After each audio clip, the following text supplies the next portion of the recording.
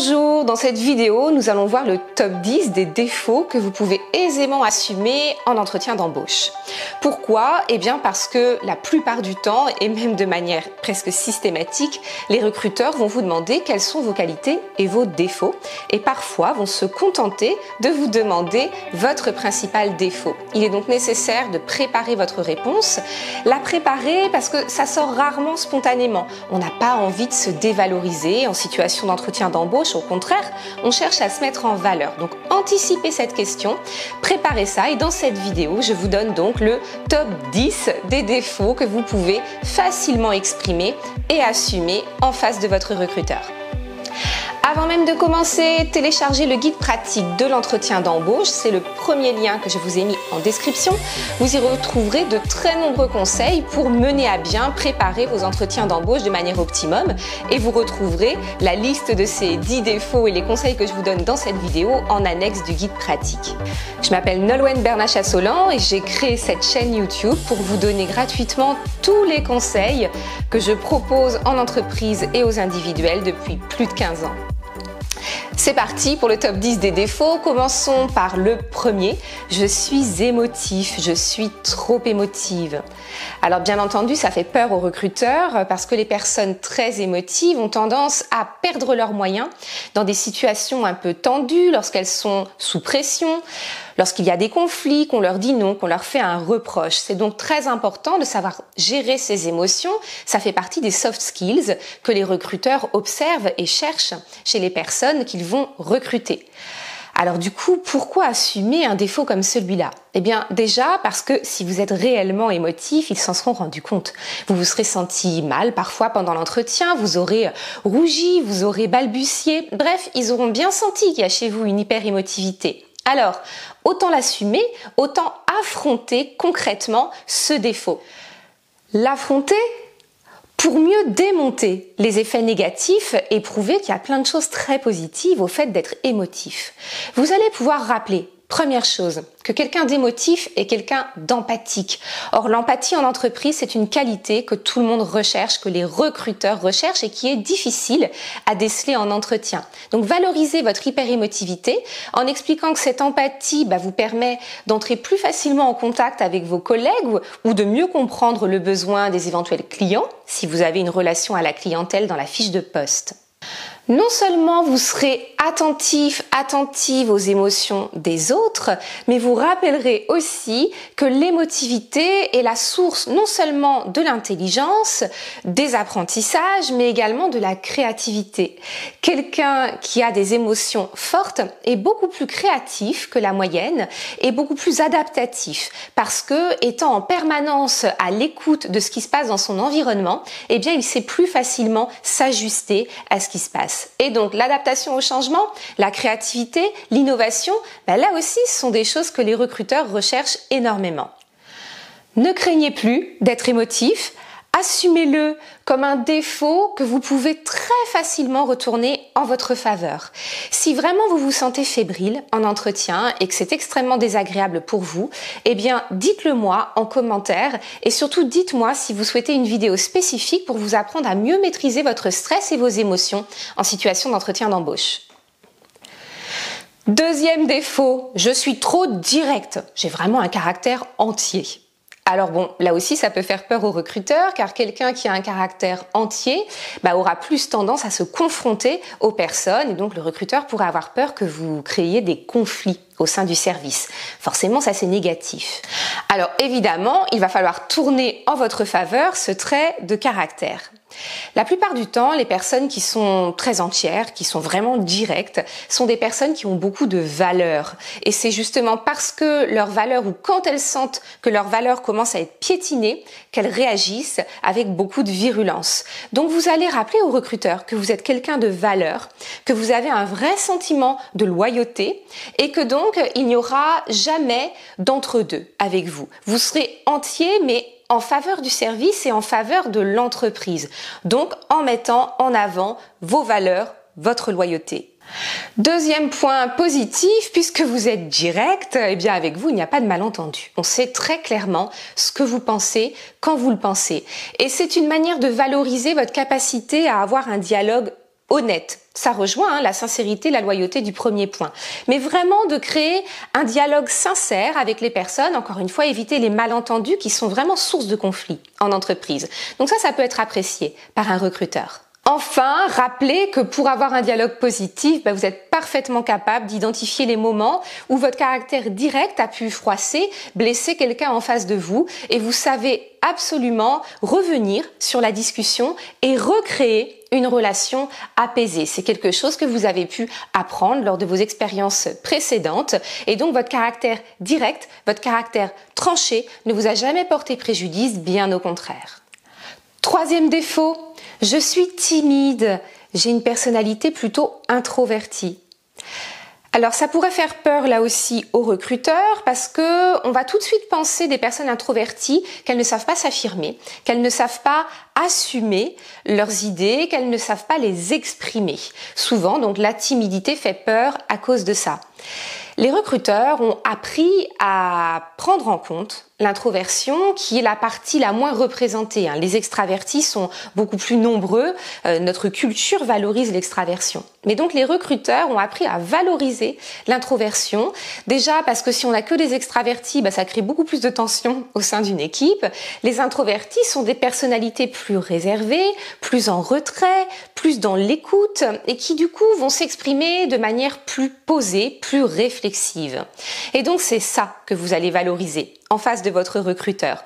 Vous allez rappeler que même si vous êtes timide et introverti, vous savez vous affirmer. Ça vous prend parfois un peu plus de temps.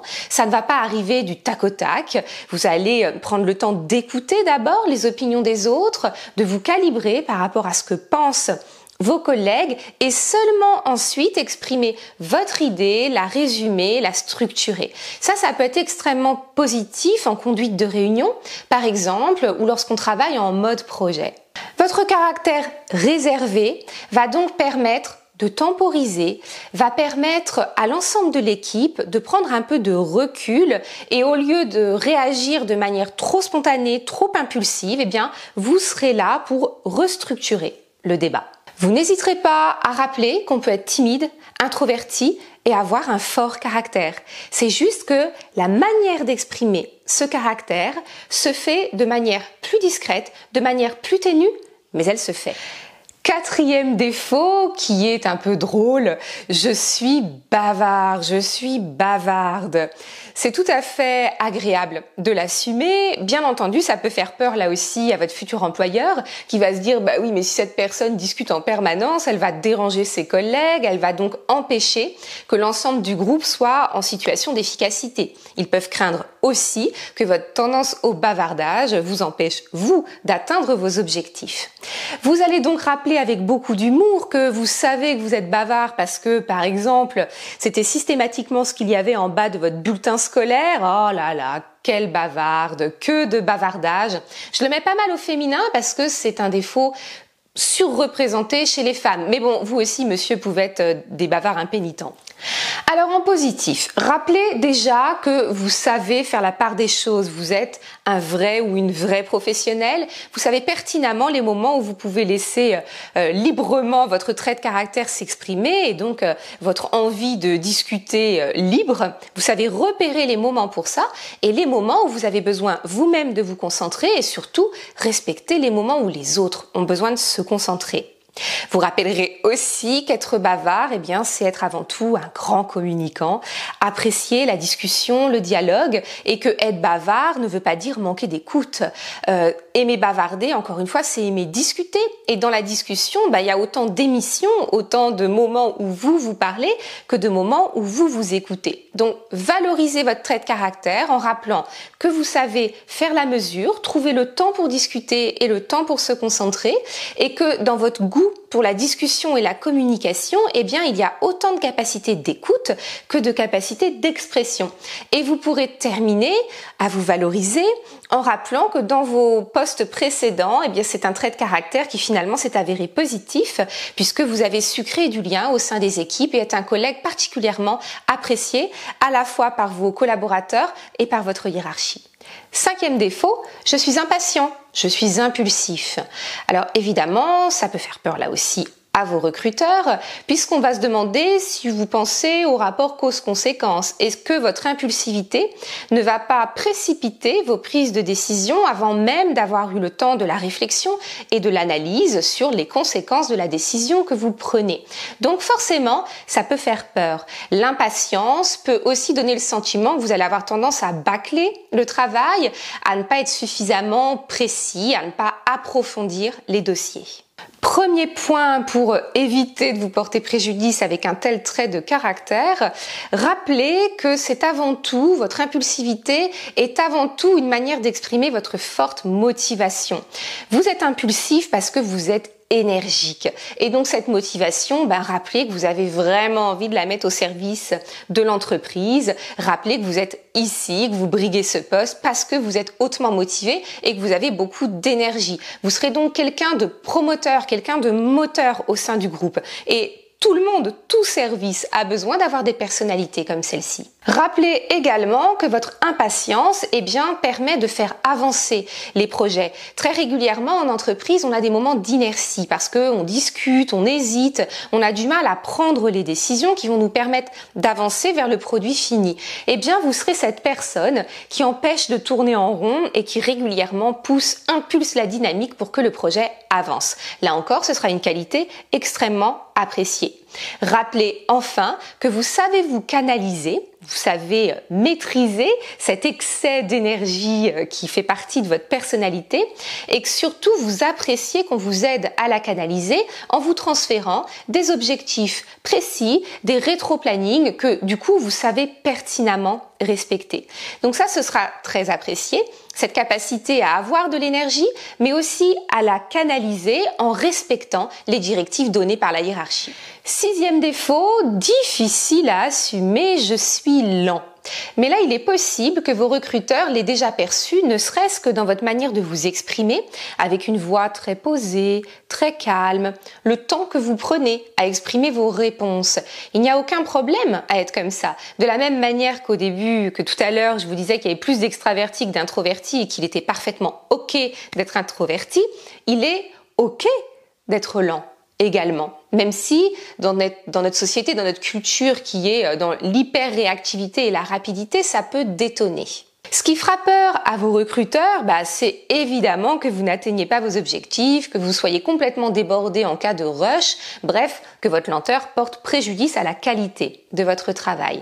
Et donc c'est là-dessus que vous allez insister. Sur l'aspect qualité, assumer le fait d'être lent, c'est une autre manière de parler du perfectionnisme, ce fameux défaut que les recruteurs ne veulent plus entendre parce qu'on en parle tellement, c'est celui qu'ils ont entendu entretien après entretien. Vous allez rappeler que votre lenteur est avant tout une attention aiguë à la qualité du service, du livrable que vous allez donner à votre hiérarchie. Cette qualité, elle est rare. Il y a de plus en plus de personnes qui ont du mal à se concentrer et qui vont aller très rapidement, qui vont survoler les tâches qui leur sont données. Vous ne serez pas cette personne-là. Au contraire, vous serez au sein du service la personne à qui on peut confier des tâches minutieuses, des tâches qui vont demander beaucoup d'attention et une attention soutenue sur le moyen et le long terme. Vous êtes lent, mais vous fournissez systématiquement un travail parfait. Enfin, vous rappellerez que cette éventuelle lenteur, elle se manifeste surtout dans un travail solitaire et autonome, mais que embarqué dans une dynamique de groupe, vous savez parfaitement suivre le rythme des autres. Et donc à partir du moment où la hiérarchie cadence, impulse un rythme au travail collectif, vous savez parfaitement vous insérer dans ce rythme-là et que donc votre lenteur ne vous a jamais porté préjudice jusqu'ici. Au contraire, elle a plutôt joué en votre faveur en lien avec cette qualité du travail dont vous venez de parler. 7e défaut, je suis têtu. Je suis quelqu'un d'obstiné. Là, les recruteurs sont pas très contents. Ils se disent qu'est-ce qu'on va faire avec cette tête de bois qui va nous tenir tête, qui va créer conflit sur conflit au sein du groupe, du collectif, du service, parce que cette personne est incapable de lâcher prise sur ses idées et ses opinions. Alors minimisez tout de suite ce trait de caractère en rappelant qu'en fait, c'est avant tout de la ténacité. Vous êtes quelqu'un qui ne lâche rien. Quand on vous délègue une mission, on peut avoir la certitude que vous atteindrez l'objectif. C'est même pas la peine de revenir vous voir et d'en parler. Votre côté têtu, votre côté obstiné fait que vous ne lâcherez jamais la tâche qu'on vous a confiée tant que vous ne l'avez pas parfaitement menée à bien. Rappelez ensuite, et ça c'est très important, que vous êtes capable de faire face à l'adversité.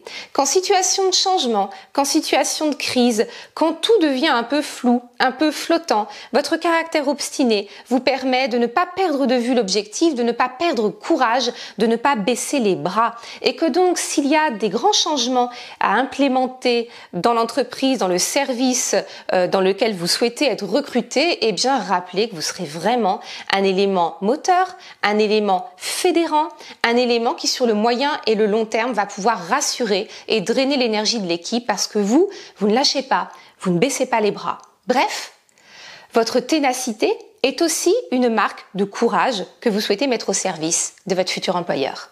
Dernier point, rappelez que vous êtes têtu uniquement lorsque vous avez vraiment l'absolue certitude que votre idée ou votre méthode s'avère être la meilleure pour atteindre les objectifs et que chaque fois que vous vous rendez compte que votre idée n'était peut-être pas la plus pertinente, vous savez parfaitement laisser la place aux idées des autres. Donc vous avez quand même appris régulièrement à laisser la place aux idées des autres, aux méthodes des autres. Que ça vous demande peut-être un peu d'effort parce que c'est pas votre penchant naturel, mais que vous avez appris à le faire parce que vous savez qu'en dynamique de groupe, il est impossible de s'imposer de cette manière-là. 8e défaut, je suis feignant. J'ai un poil dans la main long comme ça. Le recruteur se dit tout de suite, déjà j'ai de la chance qu'il ait réussi à venir jusqu'à moi.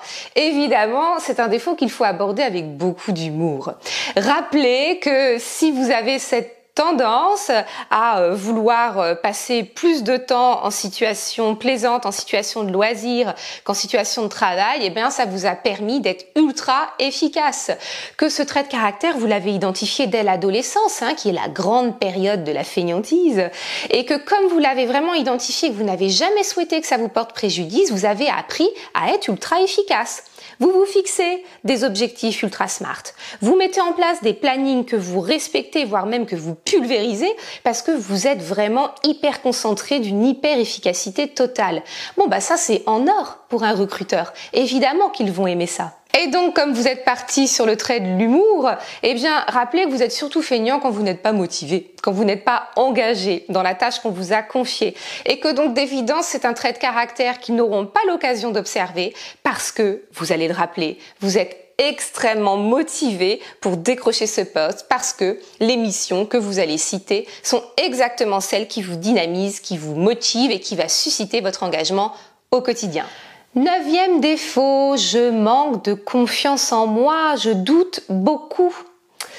Les employeurs ont peur des personnes qui doutent parce qu'ils se disent mais comment vont-ils prendre des décisions? Vont-ils être capables d'arbitrer? Or, à l'heure actuelle où généralement les postes sont quand même chargés, voire surchargés en mission, on a un grand besoin de personnes qui savent rapidement trancher, prendre des décisions, arbitrer, prioriser. Comment vous allez faire du coup? Eh bien, vous allez valoriser votre esprit d'équipe. Vous allez rappeler que du fait de ce trait de caractère, vous avez infiniment besoin d'être porté par le groupe, que du coup vous êtes vraiment à l'écoute, vous essayez toujours de travailler en binôme, en alliance et en accord, en coopération avec l'ensemble des personnes du service. Or, on recherche énormément en entreprise à l'heure actuelle les personnes qui ont cet esprit de coopération.